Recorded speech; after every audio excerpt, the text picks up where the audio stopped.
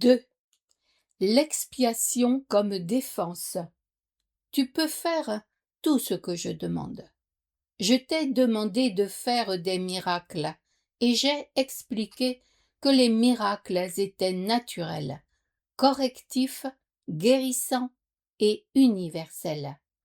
Il n'est rien qu'ils ne puissent faire, mais ils ne peuvent être accomplis dans un esprit de doute ou de peur.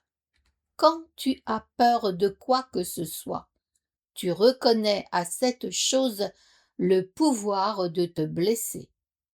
Souviens-toi que là où est ton cœur, là aussi est ton trésor. Tu crois en ce que tu estimes. Quand tu as peur, tu estimes mal. Alors, ton intelligence, inévitablement, estimera mal. Et, en dotant toutes tes pensées d'un pouvoir égal, détruira inévitablement ta paix.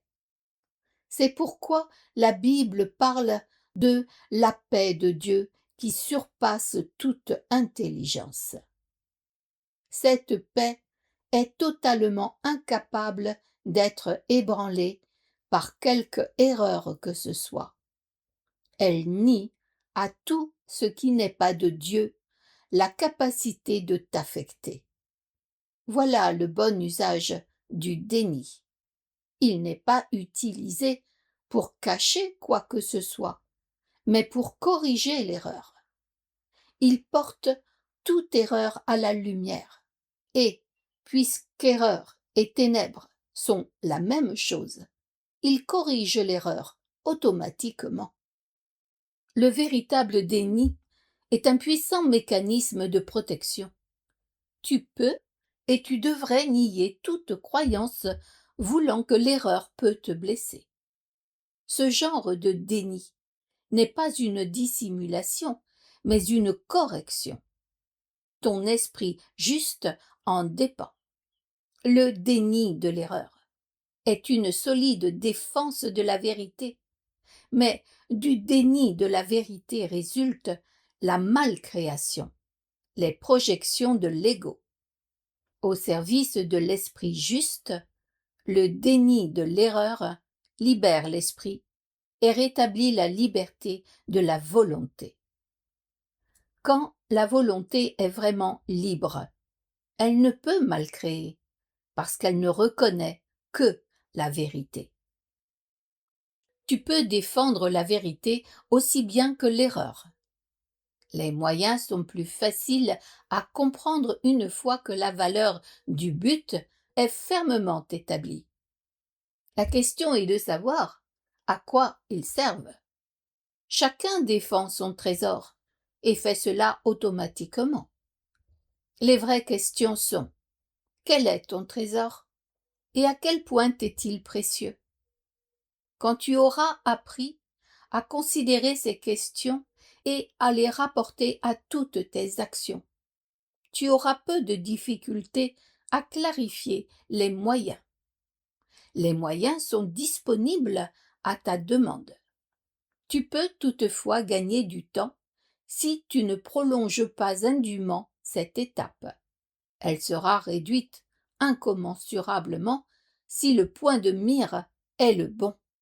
L'expiation est la seule défense qui ne peut pas être utilisée de manière destructrice, parce que ce n'est pas un mécanisme que tu as fait. Le principe de l'expiation était en vigueur bien avant que l'expiation n'ait commencé. Le principe était l'amour, et l'expiation était un acte d'amour. Les actes n'étaient pas nécessaires avant la séparation, parce que la croyance en l'espace et le temps n'existait pas.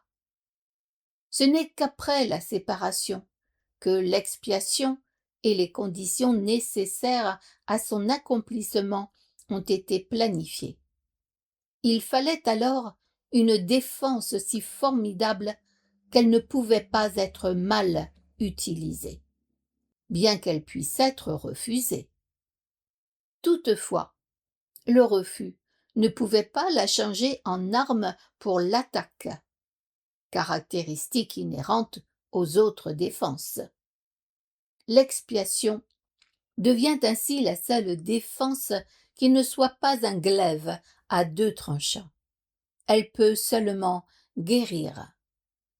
L'expiation fut intégrée dans la croyance espace-temps pour mettre une limite aux besoins de cette même croyance et pour finalement compléter l'apprentissage.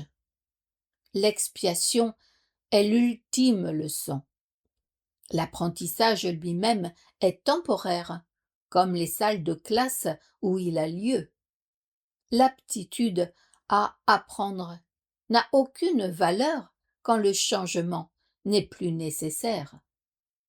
Ceux qui sont éternellement créateurs n'ont rien à apprendre. Tu peux apprendre à améliorer tes perceptions et tu peux sans cesse devenir un meilleur apprenant. Cela te mettra en accord de plus en plus étroit avec la filialité.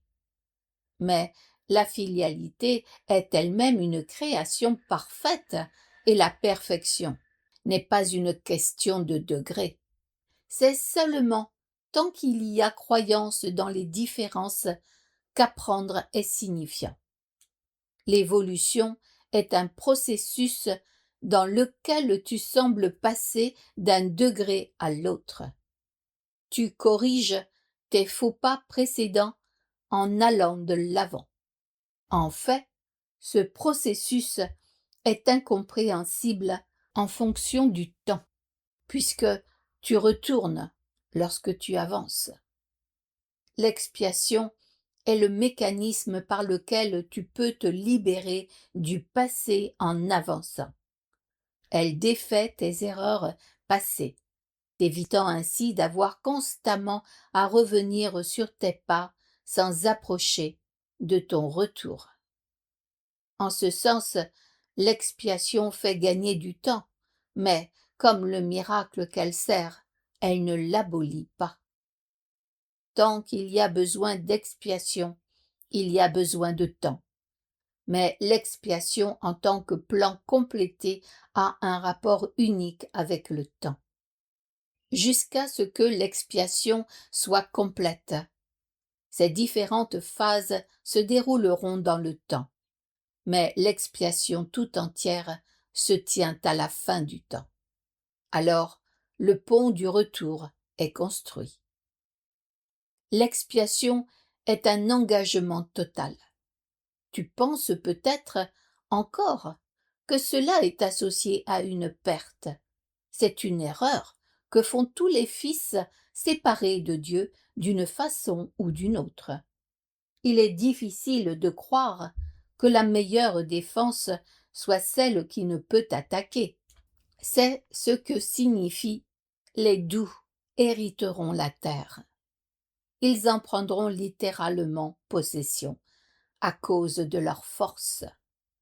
Une défense à double sens est faible intrinsèquement, précisément parce qu'elle a deux tranchants et qu'elle peut se retourner contre toi à l'improviste. Cette possibilité ne peut pas être contrôlée, sauf par les miracles. Le miracle tourne la défense de l'expiation à ta réelle protection. Et alors que tu te sens de plus en plus sécurisé, te connaissant toi-même à la fois comme frère et comme fils, tu assumes ton talent naturel qui est de protéger les autres. Exercice leçon 9. Je ne vois rien tel que c'est maintenant. Cette idée découle évidemment des deux précédentes, mais bien que tu sois peut-être capable de l'accepter intellectuellement, il est peu probable, pour l'instant, qu'elle signifie quoi que ce soit pour toi. Toutefois, à ce stade, il n'est pas nécessaire de comprendre. De fait, reconnaître que tu ne comprends pas est un préalable au défaire de tes idées fausses. Ces exercices s'occupent d'application et non de compréhension. Tu n'as pas besoin d'appliquer ce que tu comprends déjà. Ce serait certes circulaire de viser à la compréhension tout en supposant que tu l'as déjà. Il est difficile pour un esprit inexercé de croire que ce qu'il semble se représenter n'est pas là. Cette idée peut être fort troublante et rencontrer une vive résistance sous de nombreuses formes. Or, cela n'empêche pas de l'appliquer. Rien de plus n'est requis pour ces exercices, ni pour aucun autre. Chaque petit pas dissipera un peu des ténèbres, et la compréhension viendra finalement éclairer chaque recoin de l'esprit qui aura été débarrassé des débris qui l'enténèbrent. Ces exercices pour lesquels 3 ou 4 périodes d'entraînement suffisent consistent à regarder autour de toi et à appliquer l'idée du jour à ce que tu vois, tout en te rappelant le besoin de ne faire aucune distinction et la règle essentielle de ne rien exclure. Par exemple, je ne vois pas cette machine à écrire telle qu'elle est maintenant. Je ne vois pas ce téléphone tel qu'il est maintenant. Je ne vois pas ce bras tel qu'il est maintenant. Commence par les choses qui sont les plus proches de toi, puis agrandis ce champ. Je ne vois pas ce porte-manteau tel qu'il est maintenant. Je ne vois pas cette porte telle qu'elle est maintenant.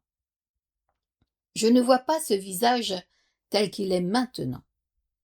Répétons que, même s'il ne faut pas tenter de tout inclure, il est nécessaire d'éviter toute exclusion expresse. Assure-toi d'être honnête envers toi-même en faisant cette distinction. Tu pourrais être tenté de l'obscurcir.